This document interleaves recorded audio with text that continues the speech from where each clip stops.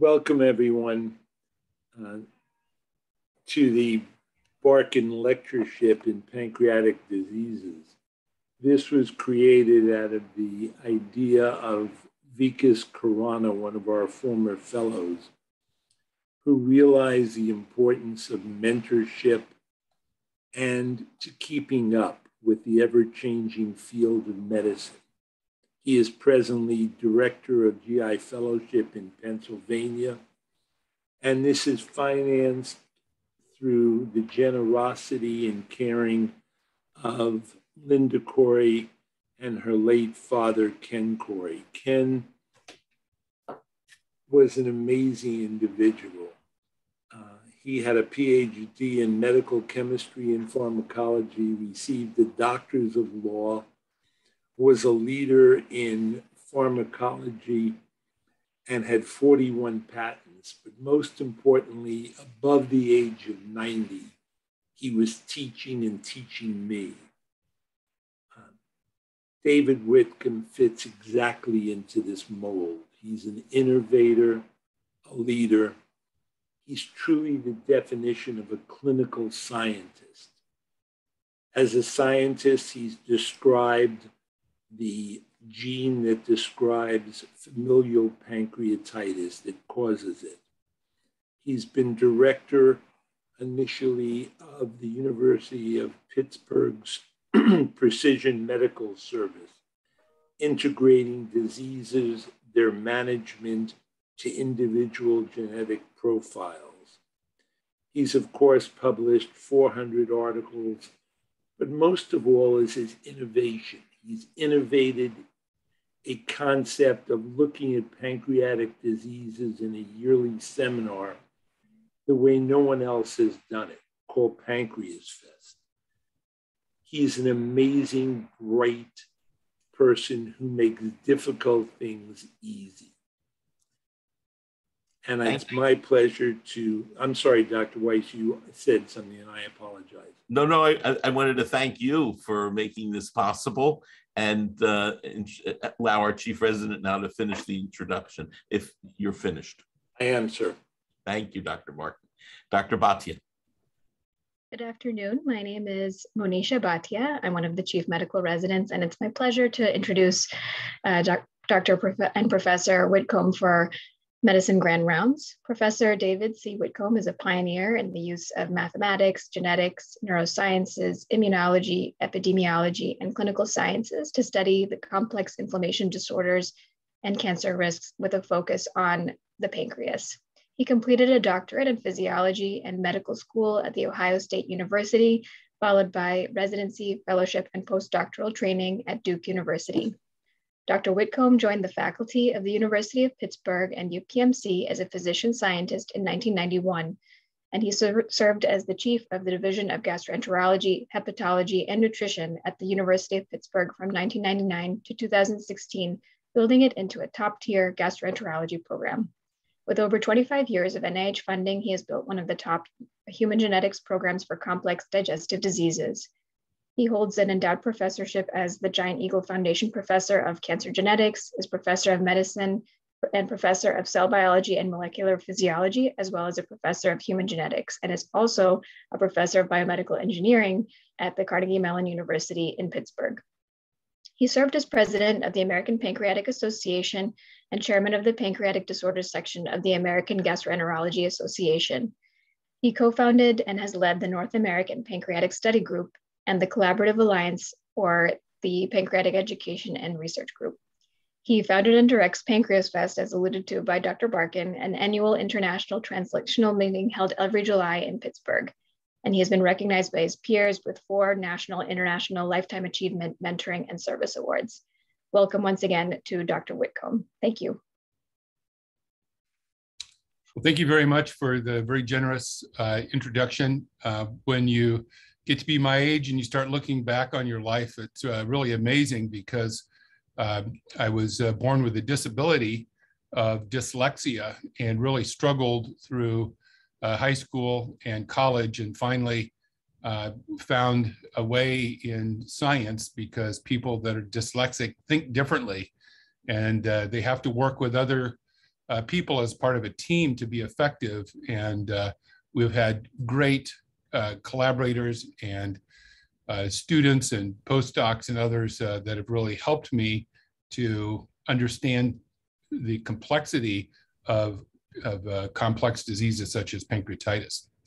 Today, I'd like to talk about early and effective management of pancreatitis because when I was getting my training, I was told it was a hopeless disease and not to study it because I would be throwing my career away.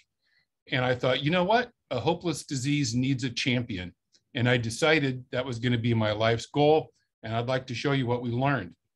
Learning objectives is to recognize the early signs of acute pancreatitis, distinguish the hypertriglyceridemic acute pancreatitis from other types, and to plan a strategy for taking care of these patients. So here's a brief outline. Now, for acute pancreatitis, the key issue is the transition from systemic inflammation to multi-organ failure. So acute pancreatitis is a sudden acute inflammatory condition of the pancreas. It's linked to trypsin activation. With no trypsin, there is no pancreatitis. It causes severe abdominal pain, often with vomiting, but they don't have a headache. So if they're having a headache, it's probably the flu. There is an elevation of serum digestive enzymes in the bloodstream. Severe acute pancreatitis, or SAP, is a disorder that has had up to a 20% mortality, and it really depends on the initial care that's given. If these patients are transferred in after they're already in the intensive care unit at an outside hospital, the mortality rate is very high. The pathophysiology is poorly understood. We know that there's systemic inflammation known as SEERS, and amazingly, the only way you can shorten this inflammatory process is with enteral feedings. So if you feed the gut, it slows down and stops SEERS. Multi-organ failure is also important. This is what kills people early on. The incidence is reduced with fluid hydration, especially using lactated Ringer's solution. The first 6 hours are critical, and these can be thought of as the golden hour in trauma. What we know from trauma is that if the patient is stabilized immediately or within the first 2 or 3 hours, their outcome is incredibly better than if the treatment is delayed beyond this time of stabilization. So death requires systemic inflammation. If you don't have SEERS, the patients go home and they do fine. So this is the cytokine storm, similar to what we see in COVID. It is a clinical diagnosis based on the temperature, heart rate, respiratory rate, white blood cell count that's elevated, and a drop in PCO2, which is associated with a respiratory alkalosis compensation for a metabolic acidosis. It's seen in sepsis, multiple trauma, burns, and the SARS-CoV as the cytokine storm. What was an incredible observation by Buder et al. From Glasgow in 2002 is that the patients that developed multi-organ failure had SEERS that lasted more than 24 hours, and especially 48 hours. And so this persistent SEERS is a sign of badness. Now, acute pancreatitis isn't sudden like being hit by a truck. It takes some time to develop, and the first 48 hours are important. There's a sequence of injury, pro-inflammatory response, an anti-inflammatory response, and a resolution. And the severity has to do with a major damage to the pancreas that sets off the cytokine storm, sepsis physiology, and then critically a capillary leak syndrome that seems to be linked with multi-organ failure, which is a new observation that I'll talk about in a little bit more detail later on in the talk. So anything can initiate an injury to the pancreas: gallstones, alcohol, ERCP,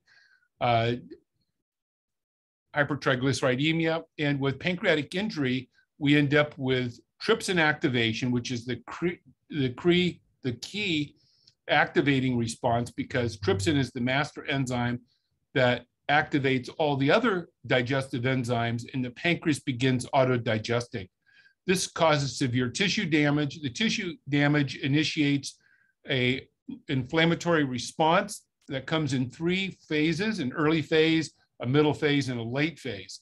So the early phase is very pro-inflammatory, and it actually causes additional damage, and you end up with a feed-forward process that could be a big problem, except that there's a transition from an anti-inflammatory counter response, and finally a stronger anti-inflammatory response that causes tissue protection and dampens down the pro-inflammatory response, and it goes into the healing phase.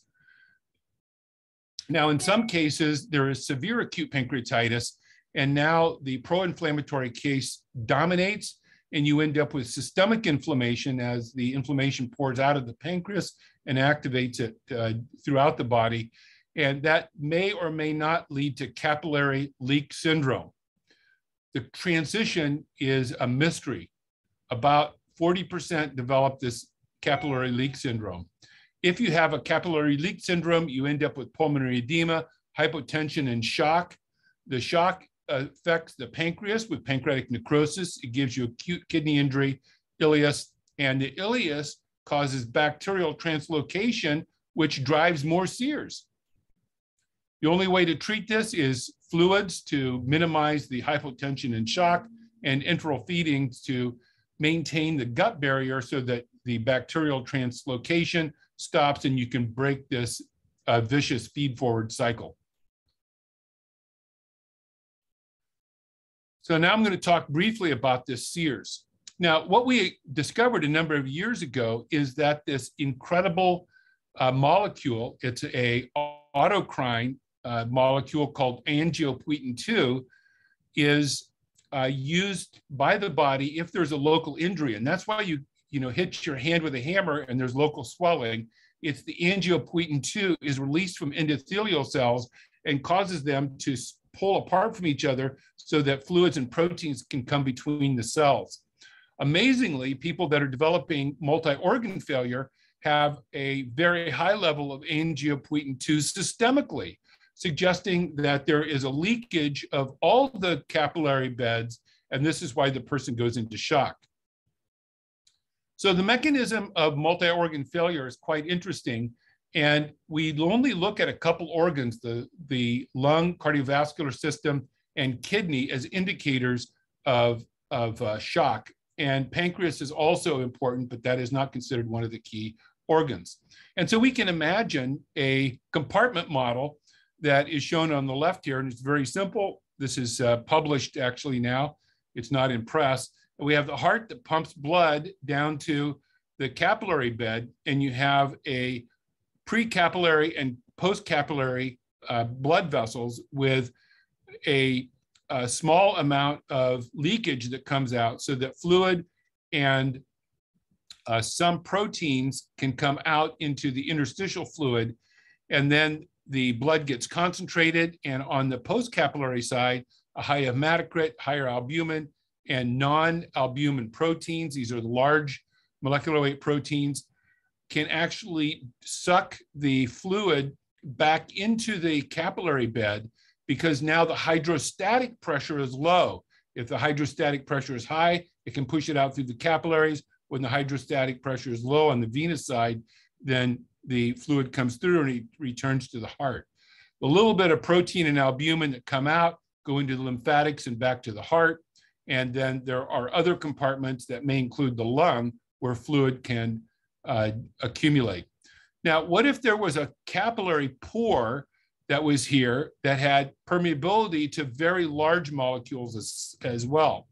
And we hypothesized that what happens is that the albumin and the large non-albumin proteins leak out into the interstitial space, but now there's nothing to draw the fluid back in the venous space except for a high hematocrit. And so there is a reduction in the venous return, hypovolemia, hypoperfusion, and you end up with ischemia of all these organs with the fluid that's accumulated in interstitial spaces going into third spaces and causing pulmonary edema. So that was what our predictive model is. So we did a clinical study, and what we wanted to know was not what was the hematocrit at the time of acute pancreatitis. We wanted to know what it was before they got acute pancreatitis and the daily hematocrit after that, as well as the blood urea nitrogen, the albumin, total protein. And we collected these and calculated what was happening. This allowed us to have each person serve as their own control for trajectory analysis. We found 57 patients in which that were severe, and of these, 18 developed multi-organ failure and 39 did not have organ failure. So these are people that we had complete daily information on and information before they came in from their medical records. We found that hemoconcentration was very important. Compared to the pre-admission level, the hematocrit went up 5 points on the average in people with multi-organ failure versus those that did not have multi-organ failure. And this is really critical because we were trying to find a cutoff value so that if you're, for example, if your hematocrit is 43, is that associated with acute pancreatitis or not? And the answer is we have no idea. What was it yesterday? Is 43 increased or is 43 decreased? And so getting the pre-admission levels are critically important. And we found that hematocrit rise of greater than 3 distinguished multi-organ failure with an odds ratio of 17. If you use population-based cutoffs, knowing that the hematocrit and hemoglobin level in the general population is all over the place, you can't predict it. It makes no sense at all. And yet this is what we have been doing. We've been using admission levels to try to predict severity. So we looked at predictors of capillary leak syndrome in the kidney. And what we saw is that the BUN and creatinine in severe patients both went up, but they went up in parallel, suggesting that this is pre-renal azotemia. The other thing we found that was quite interesting is that the non-albumin protein in the blood was dropping especially rapidly in patients with severe acute pancreatitis.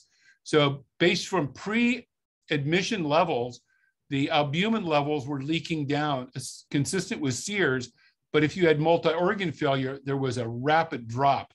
And this was also seen in total protein, but if you subtract the albumin from the total protein and look at the non-albumin plasma protein, it stays pretty consistent in patients that do not have organ failure. But if you do have an organ failure, the large proteins go way up at first, and that's because the albumin's leaking out, and this is the only protein that's left. But if you have a breakdown of the endothelial lining, then the total protein leaks out and drops very rapidly.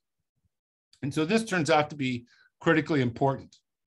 And the reason for that is that it tells us that multi-organ failure is associated with capillary leak syndrome, and that the damage can be prevented if we can protect the endothelial cells or provide oncotic pressure that will help the patient to maintain circulation.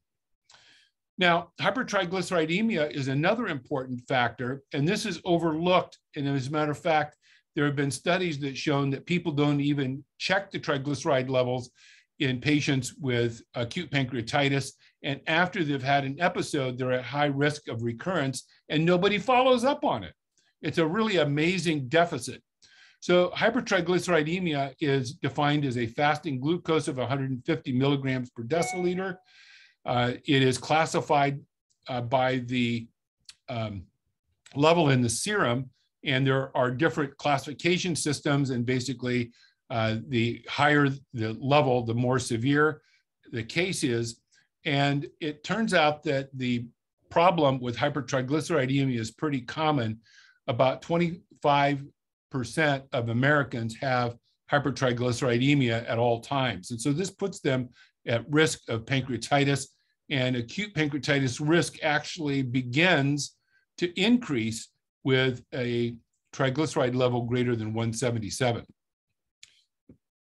The etiology of severity is very complex. We have been focusing on familial chylomicronemia syndrome, but it's extremely rare unless you're in Quebec, Canada. Secondary factors are obesity and diabetes, but there's also something called a mixed chylomicronemia syndrome, and there are very strong genetic risk. And this is where there are genetic factors that are not strong enough to cause the disease by themselves, but in combination and with a bad diet and with diabetes and obesity, you get hypertriglyceridemia at quite high levels. There are other people who are obese and have diabetes, but don't have hypertriglyceridemia, demonstrating the importance of a genetic background. Severe acute pancreatitis is seen with higher levels of triglycerides causing organ failure. So it's 40% organ failure versus 17%. And you can see that as the triglyceride levels go up, the severity goes up as well. It's also strongly associated with recurrent and chronic pancreatitis. So hypertriglyceridemia is both a risk factor and a severity factor for acute pancreatitis. Interesting, triglycerides themselves are not toxic. And those people that do have familial hypertriglyceridemia that walk around with triglyceride levels in the 5 to 10,000 range, only about 15% of them will ever get pancreatitis. It turns out that the pathophysiology is associated with very specific fatty acids. Now, we know that saturated fatty acids are generally pro-inflammatory, and so that's why there's recommendations to have, omega-3 fatty acids that are associated with a lower risk of inflammation and less cardiovascular disease. But there's something very interesting about acute pancreatitis, and that is that if you have unsaturated fatty acids, they're actually toxic. So whereas they are by themselves are pro-inflammatory, they become toxic when they're released, these unsaturated fatty acids like in fish oil. And they do that by specifically poisoning mitochondria and killing cells.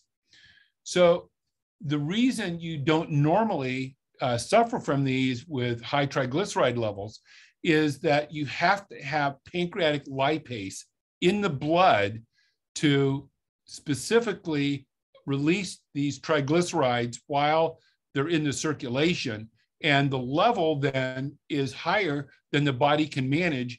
And suddenly you start killing endothelial cells and other cells because of the pancreatic lipase working on the unsaturated fatty acids to drive cell death. So with the hypertriglyceridemia acute pancreatitis, there is less inflammation than normal. So Sears is not as important. You just have toxic serum, and that drives organ failure in these cases. So the key is to prevent recurrence, because this happens so fast that you can't really intervene unless you've got some special tools, and the person who is the first person at the point of care has to react appropriately. Recurrent acute pancreatitis is important because you can minimize the suffering of acute pancreatitis, but it also is important because recurrent acute pancreatitis drives chronic pancreatitis. The prevention, of course, is linked to the etiology. We know that if you have biliary pancreatitis, you have to have a cholecystectomy pretty rapidly, or you get a recurrence. If you get pancreatitis suddenly and you're an older patient, you want to think about IPMNs and pancreatic ductal adenocarcinoma, because these premalignant lesions are much more common and they often present with acute pancreatitis. Hypertriglyceridemia is overlooked, and there are new drugs now coming out that can help us manage those. Genetic testing is very important, and that can help sort this out if the etiology is unclear. So in summary, acute pancreatitis is a common and potentially lethal disorder. The inflammatory process evolves over time. Multi-organ failure is usually delayed from 24 to 48 hours after the onset of inflammation. So there's time to intervene. It is important to evaluate the severity and etiology early so that we can manage these patients during the golden hour and preventing them from having a horrible outcome. As I mentioned, multi-organ failure requires SEERS followed by the endothelial cell injury, and fluid resuscitation improves outcome. If you give fluid resuscitation to a person that doesn't need it, you end up with a worse outcome. If you don't give it in a person that does need it, you have a worse outcome. So fluid resuscitation turns out to be a case-specific intervention. In the future, we're working on electronic tools for dynamically evaluating all the variables to give clinical decision support to anybody who's caring for patients anywhere in the world in real time at the point of care, and see if we can make interventions early in the golden hour and prevent disasters that nobody can fix. We need some new multi-center studies to test this, and some of them are being developed. Now I'm going to switch gears to chronic pancreatitis in the last few minutes, and I'm going to talk about a new definition that we came up with because the old definition gave us no hope. It also is going to focus on risk factors, genetics, and then some of the complications. So chronic pancreatitis is characterized by inflammation of the pancreas that leads to scarring with fibrosis in 80% of the cases, although 20% don't have fibrosis, maldigestion in a subset of patients, diabetes in a subset of patients, pain in a subset of patients, but there's all different types, severities, and complications of pain, and pancreatic cancer risk is elevated 15% or more. So unfortunately, the diagnosis and treatment requires identifying irreversible damage. So you can't even make the diagnosis unless the pancreas is already destroyed. We do this by doing CAT scans and MRIs and MRCPs and these things over and over again until we determine it's destroyed, and then you get the diagnosis. An image, of course, is used as a surrogate for pathology, but the pathologists tell us that the pathology is not the gold standard because there are other diseases that give fibrosis, and so it's nonspecific. The treatment is symptomatic. We give pain treatment, we give pancreatic enzyme replacement therapy and insulin for diabetes. So we aren't really helping the disease, we're just trying to replace lost function. So I would summarize this as a complex, hopeless, irreversible condition that is expensive to diagnose and treat. So we need a new paradigm. The old one is worthless. The way you've been taught in medical school is of no value. And so you're in the past. I would suggest we are looking at this with the wrong paradigm, the wrong basis of the disease, a bad definition, the wrong etiology. All of these things have to change. Now, we were trained in Western medicine, which is based on the germ theory of disease, where one factor causes everything in the syndrome. But we know this isn't true for most chronic diseases, yet by law, everybody is taught the germ theory of disease based on the Flexner report. And the reason the law states that you can't get a license unless you go to a medical school that teaches medicine based on the germ theory of disease. So we're locked into this. The definition of disease is irreversible damage. The etiology is thought to be one factor that causes everything. The diagnosis is made on pathology or imaging as a surrogate of pathology, or meeting syndrome criteria based on biomarkers. The time from the onset of symptoms to the diagnosis is 5 to 10 years. The use of genetics is, we don't know how to use the genetics. And as a matter of fact, the doctors hate genetics because it's uninterpretable. The treatment is to relieve symptoms, and the effectiveness of this approach is poor. Now I'm going to turn from looking at the past and I'm going to look into the future, because in the future, everything has to change or we will not make any progress. The future is precision medicine. And I hate the fact that a bunch of people that have no idea what they're doing have tried to define precision medicine and claim to be an expert in it because it muddies the water. So I'm going to tell you the right way to think about it.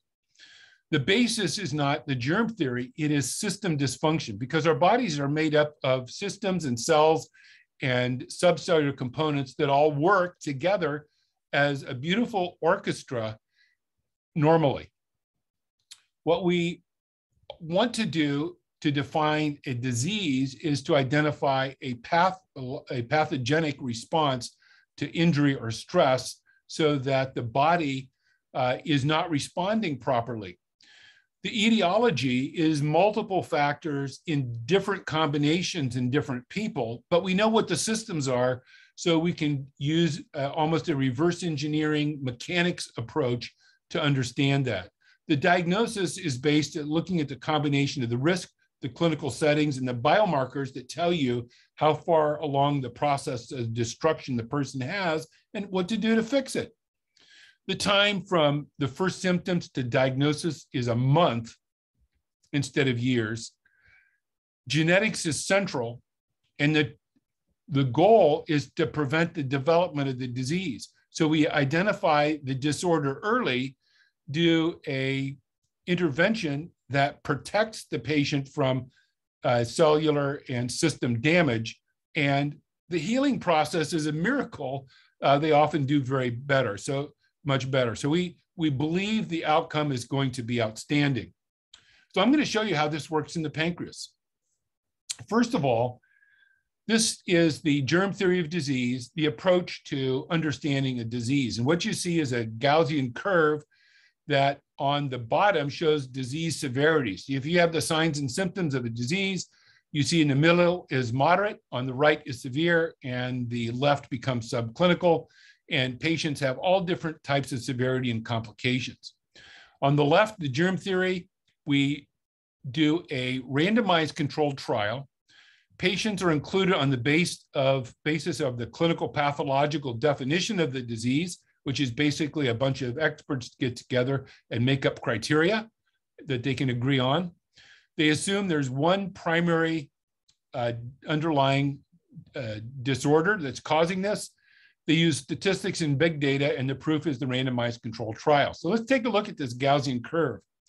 What we see is that the inclusion and exclusion criteria are sort of centered around the average disease severity.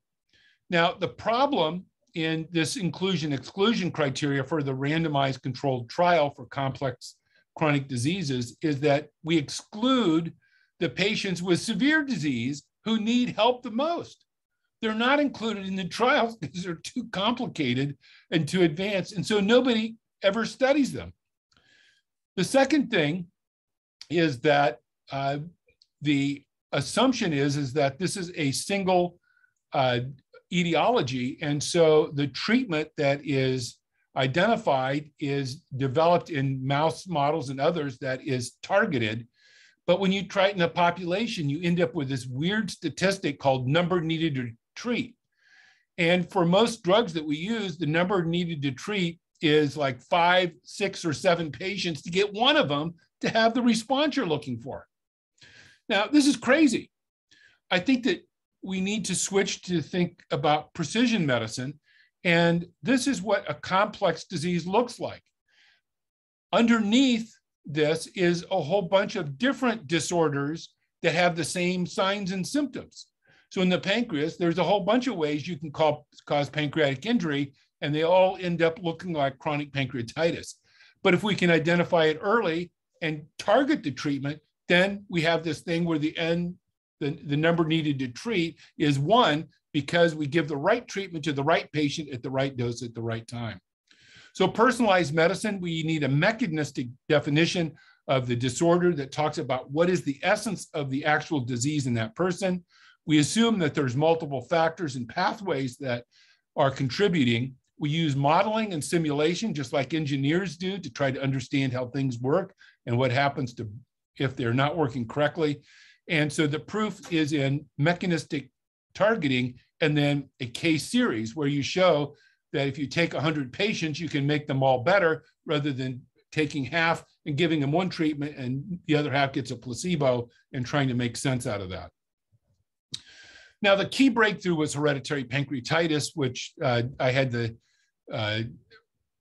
luck of identifying. And this is a disease in which 80% of the people with the gene get acute pancreatitis, half of them get chronic pancreatitis, and greater than 40% get chronic pancreatitis. So I thought, gee, here you got these families, whatever it is that's causing hereditary pancreatitis has to be key to other types of pancreatitis. And in fact, we found the gene, it is the trypsin gene, which is the master enzyme that turns on all the other pancreatic zymogens. Now, this is what a family with hereditary pancreatitis looks like. And at the bottom is the age, and on the left is the percentage of patients that have symptoms. And what you see is the symptoms begin as early as 1 year old, and by age 10, about half of the patients have developed acute pancreatitis as their first symptom. When they're in the 20s, you start seeing malabsorption from end-stage chronic pancreatitis and diabetes developing. And then after age 40, you start seeing a rapid rise in pancreatic cancer. Now, what's interesting about this is they all have the same really bad mutation, all of them. So how come some of them can be 80 years old and never have a symptom? Others get it at age 2, some get maldigestion, others don't, some get diabetes, others don't, some get pancreatic cancers, others don't. It's one gene. This tells us something about the underlying complexity of chronic pancreatitis and that there are other factors that are important in the development of this disease. So does this pattern of developing acute pancreatitis and then recurrent acute and chronic pancreatitis hold in other types of diseases? And the answer is yes. About 1% of people get acute pancreatitis, 10 to 20% get recurrent acute pancreatitis, and of those, 20 to 40% get chronic pancreatitis, and there are some people that go directly from acute to chronic.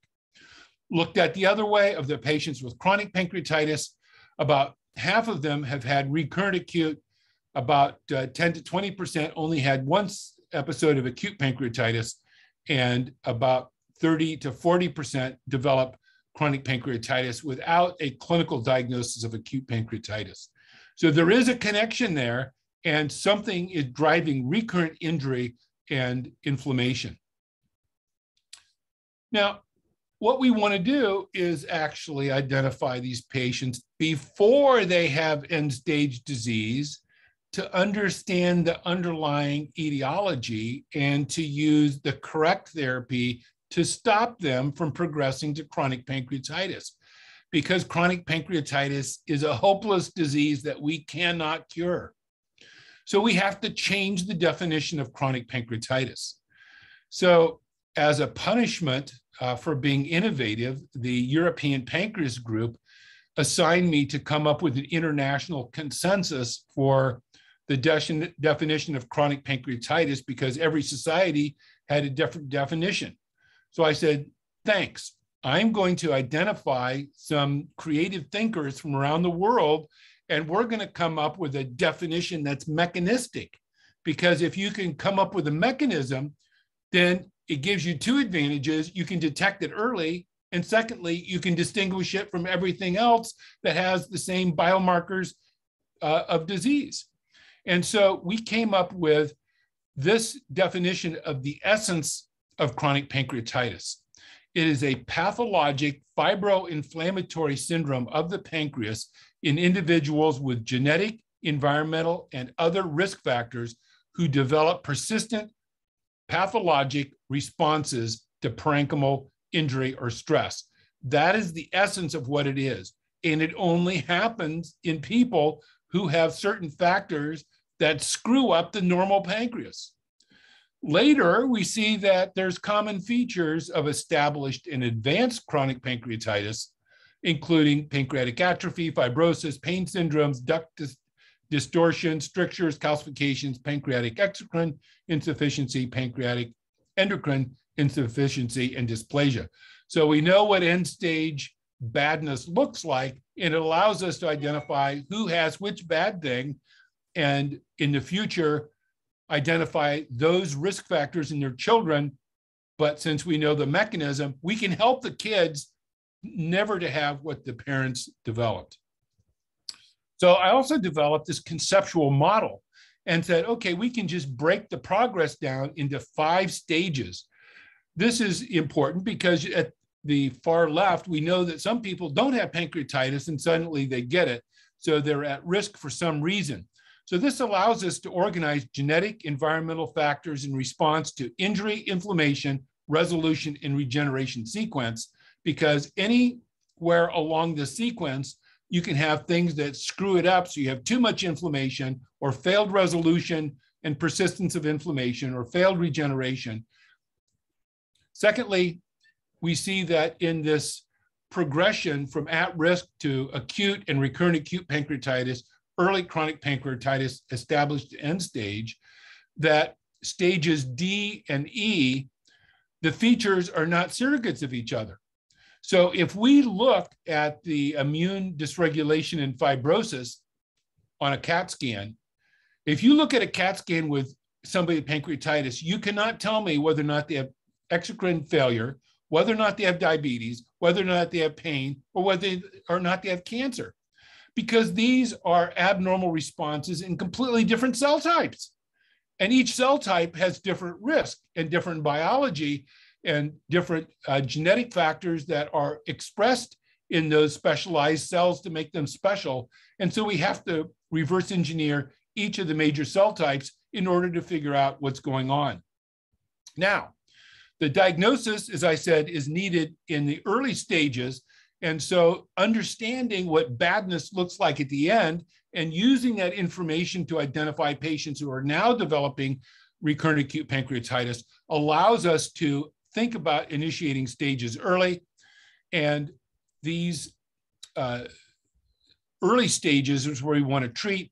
We have to treat symptomatically at end stage disease, which we hope is erased from the face of the earth. Now, what are the etiologies? Well, I started made up what we call a Tiger O list, where we just listed all the different etiologies anybody ever found and divided them into toxic metabolic, such as alcohol, smoking, hypertriglyceridemia, idiopathic, genetic, autoimmune, recurrent, and severe acute pancreatitis, and obstruction. And genetics, it turns out, we're discovering all kinds of genes, dozens of them in different combinations that cause different aspects of this disease. And so the genetics turns out to be very important. Now, unfortunately, genetics is useless in Western medicine. We're used to looking at pathogenic variant where one variant is so bad it causes a Mendelian disorder like cystic fibrosis. However, there are dozens of risk factors found in GWAS studies that are relatively common. They're often in non-coding regions, so they determine when a gene is and gene proteins expressed and which cells and under what conditions. And it is the non-coding regions that regulate the genes themselves that are screwed up that cause these diseases. Each of these is not necessary or sufficient because there are compensatory mechanisms and they may be aggravated by other factors such as alcohol and smoking. So we end up with this complex things where there's genes that interact with each other and with the environment. They may be modifier genes or work in other ways, and they may not be disease specific, which is good because we can take insights from other diseases and apply it to the pancreas. So what we did in one study is we looked at the co-occurrence of a number of genes, and what we found is there's actually an interesting combination. What this shows is the acinar cells on the top, the protein control system on the bottom, injury control on the right, and the duct cells on the left. And it turns out that the genes associated with, in the acinar cell, with misfolding and internal stress are often associated with the genes shown here. They co-occur with genes of failed quality control. The duct cell genes are associated with genes that are in the ducts that are associated with injury control, such as GGT1. And so these pairs of things that are rescue mechanisms, if they're defective and there's no injury, it doesn't matter. If there's injury and you can compensate, you're fine. If you have two, then you're in trouble. So this is a diagram of the pancreas, and these are acinar cells at the top, and they make digestive enzymes in the little black dots, and the duct is what flushes them out. Now, I love the pancreas because I'm a simple-minded person, and this is very simple. The pancreas has 3 cell types, including the islet cells, and each does one thing. So we can sort this out. What we know is that the pancreatic duct is important because people with cystic fibrosis and the CFTR gene shown here get pancreatitis in utero and have a chronic pancreatitis. So we can begin to study how this works. And when we look at things like the cystic fibrosis genes and others, we can get a genetic report for a Mendelian disorder such as cystic fibrosis. But most of the stuff we're seeing, 95% of the other people have a complex mixture of things, and no doctor wants the genetic report because it's uninterpretable. We need precision medicine that actually gives clinical decision support. And to do that, you have to look at all the other risk factors in context.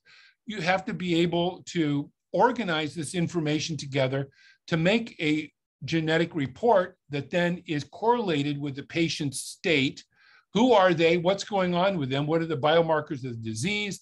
That's then integrated into specific markers that are associated with the disease mechanism, diagnosis, disease state, et cetera. And then an expert system has to link it with medical knowledge, and then you can give the clinical decision support. That's what's needed, and that's what we're working on. And thank goodness the pancreas is a simple organ where we can actually do that. So personalized medicine for pancreatic disease disorders is very simple. Currently, what we do is we say, okay, you have a symptom. The patient is being tested for organ damage. You're getting worse and worse over the years. And finally, the diagnosis is made. We start treating the symptoms and the patient is disabled. What we're suggesting is in the future, we do the genetic testing early. We make a diagnosis of an underlying disorder, do preventative treatment, and what we hope is that the patient is better. I think that sounds like a pretty reasonable approach, and that's what we're working to do. Now, there's a variety of complications of acute pancreatitis or of chronic pancreatitis that I'm going to just touch on briefly. The first one is diabetes, and it turns out that you have 40 to 50% of patients with chronic pancreatitis having diabetes. So we did the North American Pancreatitis Study that had over actually 1,500 patients altogether, some with recurrent acute pancreatitis, but these were with chronic. And we looked at them and we said, do they have symptoms of type 2 diabetes? And the answer is, yeah, it's associated with being overweight or obese and having a family history. But there's also a type 3C diabetes, and this is where you lose the entire islets, like if you cut out the pancreas, or if you have severe pancreatic atrophy and calcifications and pancreatic endocrine insufficiency, because insulin bathes the acinar cells and helps them to maintain their function. Now, we also look at pain, and this is very difficult because the pain experience is non-specific. So pain is not objectively measured. It's said that pain is whatever the experiencing patient says it is, existing whenever he says it does. The intensity is on a sliding scale, and we can use quantitative things such as, is it burning, hot, aching, stabbing, and the pattern of episodic and intermittent versus constant pain is seen. Etiology of pain is multifactorial. It can be caused by acute and chronic pancreatitis, duct obstruction, ischemia, altered sensitization, neuropathic pain, all these. And so what we did is we looked at all the different pain patterns, and the quality of life was associated with constant pain. It didn't matter if it was 2 out of 10, it was there always and didn't go away. then the patients couldn't understand it. Some people had 10 out of 10 pain.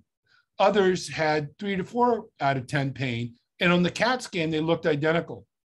So we did a GWAS to look at this, and we found some loci that looked like, hey, there's something associated with severe pain. And what we found is that within these loci, there were genes associated with major depressive disorder, general anxiety disorder, and PTSD.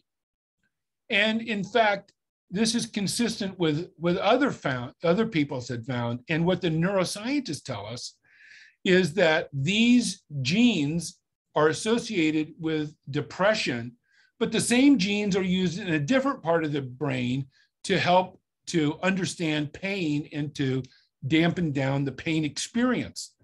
And so a person can have these depression-associated genes without depression, but an antidepressant will help them because the same defect is present in the parts of the brain that help with pain coping. And so this is a major breakthrough because we can sort this out genetically and identify who is going to respond to antidepressants or anxiolytics. And these individuals can have improvement in their quality of life by targeting the pain experience. So pain makes depression worse, and depression makes pain worse. These genetic variants have been identified in pancreatitis with severe pain, and the predisposition to depression is clinically actionable. And it's actionable both for education, because you can help the patient understand what their pain is, and you can also provide treatment with cognitive behavioral therapy and pharmacologic treatment. So I'm going to skip ahead here and summarize by noting that the majority of patients with chronic pancreatitis have a history of acute or recurrent acute pancreatitis. Progression is complex, multifactorial, and it's in multiple cell types. The etiologies are well known. It's listed in the Tiger O version. Genetic testing and clinical information and biomarkers are useful for understanding precision medicine. New insights in diabetes, pancreatic cancer risk, which I did not talk about, and pain can limit secondary complications, and new treatments to overcome multiple barriers are needed for precision medicine. So the problem is that we have a terrible time overcoming multiple barriers to precision medicine. This was an insightful article written in about 5 or 6 years ago, showing that the problem is with the medical records, with the data, connecting everything. But there's a solution to this. And this is a tool that everyone has. It's a smartphone. And so what we're working on is saying a person with a smartphone and a doctor with a smartphone, you can bypass 90% of the barriers and provide clinical decision support in real time with genetic information to the patient to make patients better. Thank you for your attention. Dr. Whitcomb, thank you for what Dr. Barkin promised and you fulfilled. A very clear and beautiful grand rounds that was beautifully didactic and provided a lot of opportunity for us to think about pancreatitis in a way that we haven't thought about it, I think, during our years as treating it as a medical student, resident, and now as attending physicians. So thank you very much for that. I also want to thank Dr. Barkin and his donors for making Dr. Whitcomb's visit possible today. Are there any questions that you'd like to ask Dr. Whitcomb? Either unmute yourself or put yourself in the chat. Hi, Vikas Khurana from Scranton. I'm audible. Yes, you're audible. Go ahead, Dr. Khurana. Well, I have a quick question regarding the CT negative. Patients presenting with abdominal pain, CT scan is negative for pancreatitis. Lipase is elevated 3 to 6 times normal. What are the options and how do we approach that patient? Yeah, so the diagnosis of acute pancreatitis is based on 2 out of 3 features. One of them is an elevated digestive enzyme. The second one is typical sudden onset of pain that's characteristic of acute pancreatitis. And the third one is imaging features. The imaging features do not have to be present. We call this chemical acute pancreatitis. The caveat is that the amylase and lipase levels, or especially lipase, are not always from pancreatitis per se. There was an interesting study of patients with type 2 diabetes for a pharmaceutical study, and they found that people had elevated lipase but not elevated amylase. And it turns out that some diabetic patients just have high lipases for no reason. And so, if the pieces aren't adding together, I wouldn't do anything drastic. I would make sure the patient, is being observed. Are they having symptoms of a inflammatory response? Is both the amylase and lipase elevated? Do they have sudden onset of pain? If you just find a random elevated lipase, I would be cautious of doing anything drastic. One last question, Dr. Zawid. Yeah, hi. Can you clarify what you said about the fish oil and the omega-3 fatty acids? Yes. Yeah. For the average, yes, for healthy people. Yes. So the question is, are you at risk of cardiovascular disease or are you at risk of pancreatitis? And if you're at risk of pancreatitis, there's not very many options. If you're at risk of cardiovascular disease, you have other options. Now, it turns out if you treat patients with fish oil, they reduce the inflammation and it actually reduces cardiovascular risk. However, it increases the risk of a severe outcome if you get acute pancreatitis. You have to have the sudden release of enough pancreatic lipase into the bloodstream to hydrolyze the triglycerides and release the unsaturated fatty acids, which at high enough levels are toxic to mitochondria. So in most cases, the omega-3s are helpful, and sort of the chronic underlying inflammation and inflammation with aging and those things benefit. But if the person has acute pancreatitis or recurrent acute, they're at risk of multi-organ failure if there's a lot of fat that's circulating and it is unsaturated. Thank you. I hope. Thank you very much. Again, thank you everyone for participating in this excellent Grand Rounds. We look forward to greeting you personally when you come to Miami, hopefully in the future. And I wish everybody a safe and wonderful day.